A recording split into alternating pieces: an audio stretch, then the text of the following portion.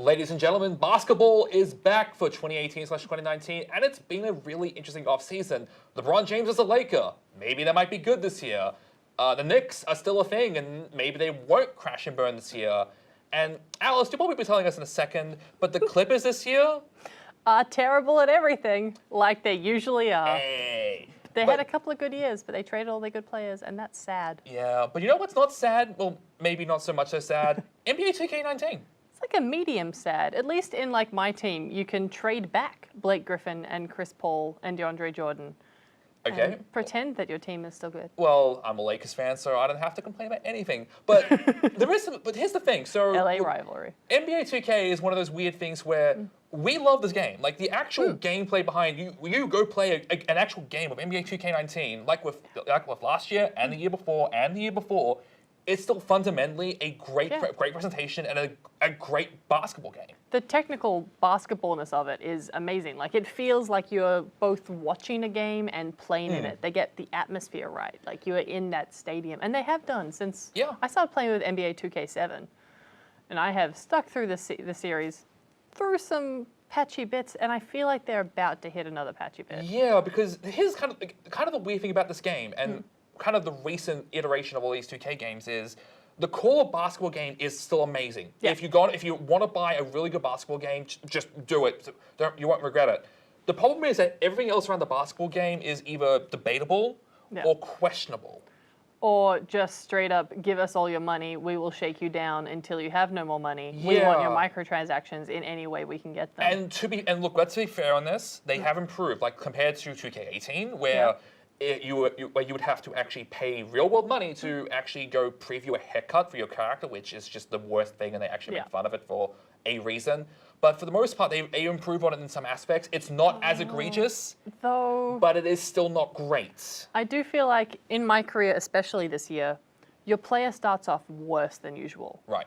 And the only way to level up your player and make them actually fun to play and actually good at basketball is either to grind for a bajillion hours or to pay real-world money so you can upgrade their skills. Which are both scientifically proven things. Yes. You can do that in the real world, and yet still I am too short. Fair enough. But yeah, it just feels grubby. I want this game to be fun as soon as I take it out of the box. Oh, that's fair. I mean, to be honest, I didn't mind a lot of my career this year. So this year, they once again made a really big upfront story mode this year, kind of like 2K16, but without the whole ghost thing at the end. Let's not talk about that. But still with the really, really long cutscenes that you cannot skip and kind of want to. You could skip them. I could not skip mine. Well, I could skip them. Well, then I was clearly not trying hard enough. Fair enough. But for the most part, I didn't mind it because they at least they show like, hey, here is money where you start off playing in China, and then for a good hour or so, you're playing games with straight up Mandarin commentary, which is like, that's new, that's cool. Yeah. And then you go around the world like you're playing basketball in the G League, which is the developmental league. It's like you get this really kind of weird vibe where it's like they never really focus on this, and you get this kind of, I don't want to say Friday Night Lights vibe because it's not entirely accurate, but if you know what I'm talking about, like you're focusing on kind of this small tightly knit team. And I think that's really cool. Think One Tree Hill, but without the relationship That is drama. also, okay, that's also very, very, very accurate.